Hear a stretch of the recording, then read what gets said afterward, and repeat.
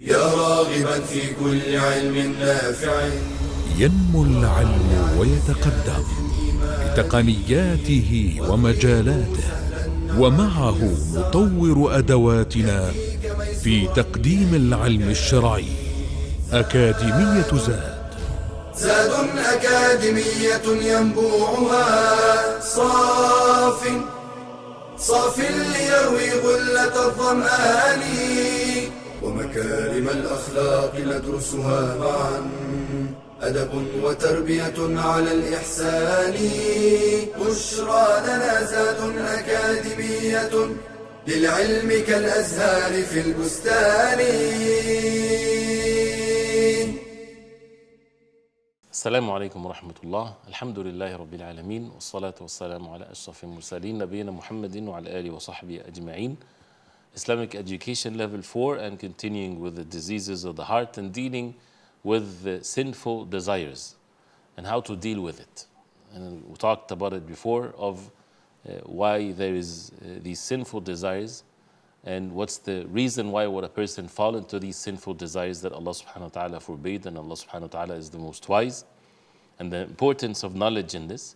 But then how to deal with it, how to deal with one's self-desires that we have, that sometimes overpower the person and adorns the evil and the haram and the sins with all kinds of adornments, and it makes it easy for the person, especially at a time when it made easy for each and everyone to commit what Allah subhanahu wa ta'ala forbade. So how a Muslim deal with these types of things? There are three principles, three ways that many other actions can come under these principles that helps the person overpowers these tests and trials in life when it comes to the shahwa or the desire. The first one is to say ma'adh Allah. Ma'adh Allah, that means I seek refuge in Allah. And this is what Allah subhanahu wa ta'ala mentioned in the Quran. And this is what Yusuf alayhi salam, he said. And Yusuf alayhi salam, he said that when the wife of Al-Aziz, she tried to seduce him, trying to make him fall into the sin. And he had all the means to commit the sin. He's a slave, no one will question him. And the one that is asking him is his owner. And the doors are closed. And she's the one that is asking. And she's threatening him that if he doesn't, that he will be punished. And he's a stranger. He's not someone that would really care about fame and things like this. So all of the means are there for him, made easy for him to commit what Allah subhanahu wa ta'ala forbade, and he's young and he has the desire, and all of that is there. And Allah subhanahu wa ta'ala protected him. And the thing that Yusuf alayhi salam, he said ma'adh Allah, inna rabbi ahsana mathway, and more things also that are mentioned. That means he sought refuge in Allah. So when someone has the belief in Allah, the fear of Allah, this is what protects the person.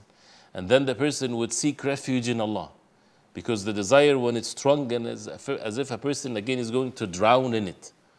And the only one that would help is Allah subhanahu wa ta'ala. So sincerely turning to Allah subhanahu wa ta'ala. And that's why one of the 7 people that will be under the shade of Allah subhanahu wa ta'ala in the Day of Judgment, one of them, وَرَجُلْ طَرَوَتْهُ امْرَأَ ذَاتُ مَنْصِبٍ وَجَمَالٍ فَقَالَ إِنِّي أَخَافُ اللَّهِ. That a woman tried to call him to commit a sin, and she has status. That means he fears the repercussions and the consequences of the matter, and she has beauty. And he would say, Inni akhafullah, indeed I fear Allah subhanahu wa ta'ala. So this becomes the way of life of the believer. Ma'adh Allah, I seek refuge in Allah. I ask help from Allah subhanahu wa ta'ala. I fear Allah subhanahu wa ta'ala. Also another principle that should be a way of life to protect us is to warn ourselves against the betrayal of the eyes, if it's correct to say. Betrayal of the eyes. Yes, the eyes betrays. And Allah subhanahu wa ta'ala said, يَعْلَمُ خَائِنَةَ الْأَعْيُنِ وَمَا تُخْفِي الصُّدُورِ. Allah subhanahu wa ta'ala knows the betrayal of the eyes and what the hearts conceal. What is betrayal of the eyes? When a person steals a look that nobody recognizes that he's seeing something, while only Allah subhanahu wa ta'ala sees him, that he's seeing something. And Abdullah ibn Abbas radiallahu anhuma, he mentioned that, he says, a man will be in someone's house and he's sitting with them, and there's a beautiful woman or passes by, and if they're not paying attention, he would sneak a look. He would steal a look to her, and if they're paying attention, he would look like he's lowering his gaze. And every time they would not pay attention, he would sneak a look. So this is how stealing something that Allah subhanahu wa ta'ala forbade. Because looking at someone's wife, looking at someone's daughter, right, this is something that is forbidden, and that's his wife, this is his daughter. So this is someone that is stealing and transgressing the limits that Allah subhanahu wa ta'ala made for someone else. The desire that is exclusive, the desire that a person should seek from his wife, it's only for the husband, not for anyone else. So when someone sneaks something, especially, again, when you would find those who would willingly, they don't mind if anyone would look at their wives, and the women, they're not wearing hijab, which is a misery that we ask Allah subhanahu wa ta'ala to protect us from that. So, but the point here is not lowering the gaze, protecting these means of stealing a look.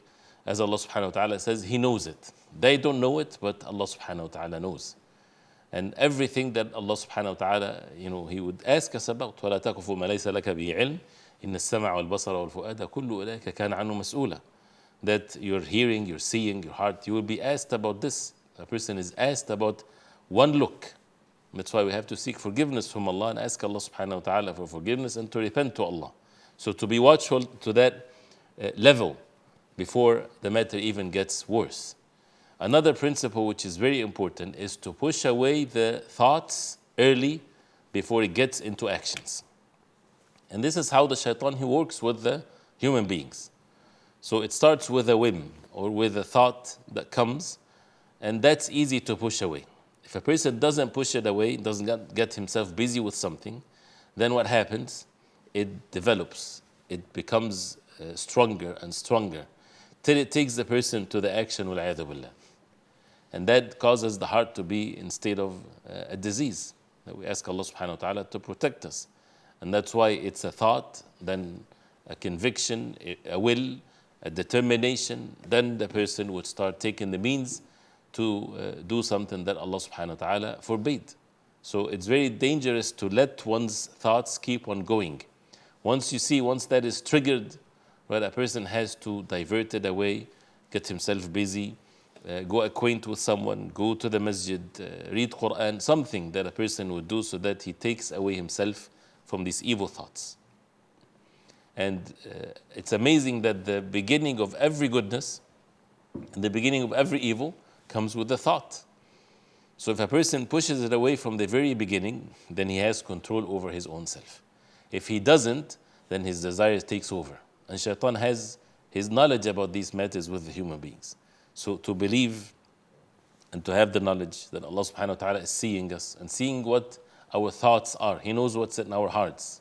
So it's not just about the physical action that a person do.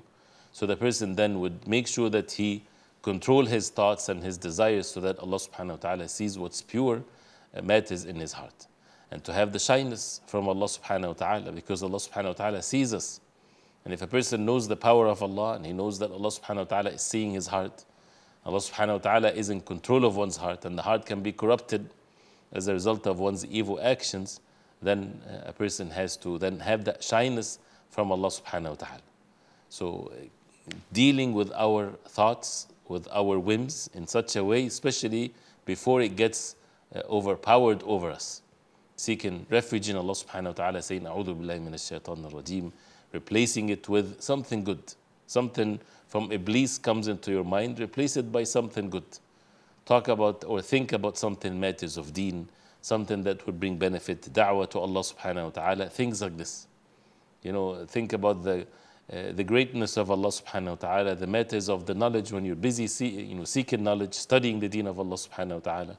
Think of the hereafter and what's going to happen after death and the moment of death. The remembrance death a lot frequently is means of cure of these types of things. And even the worldly matters, seeking provisions, studying things of that nature. But not to leave oneself like this, to this emptiness. And that's why, how to deal with it is knowledge that we need to learn. and we need to be able to be consistent in it and seek help from Allah subhanahu wa ta'ala. Ask Allah subhanahu wa ta'ala to protect us. And then if the disease is in the heart, how to cure our hearts from this disease. We'll talk about that inshallah ta'ala next time. وصلى الله وسلم وبارك على محمد وعلى آله وصحبه وسلم. والسلام عليكم ورحمة الله وبركاته. يا راغبا في كل علم نافع ينمو العلم ويتقدم بتقنياته ومجالاته، ومعه نطور أدواتنا في تقديم العلم الشرعي. أكاديمية زاد أكاديمية ينبوعها صاف ليروي غلة الظمآن، ومكارم الأخلاق ندرسها معا، أدب وتربية على الإحسان. بشرى لنا زاد أكاديمية للعلم كالأزهار في البستان.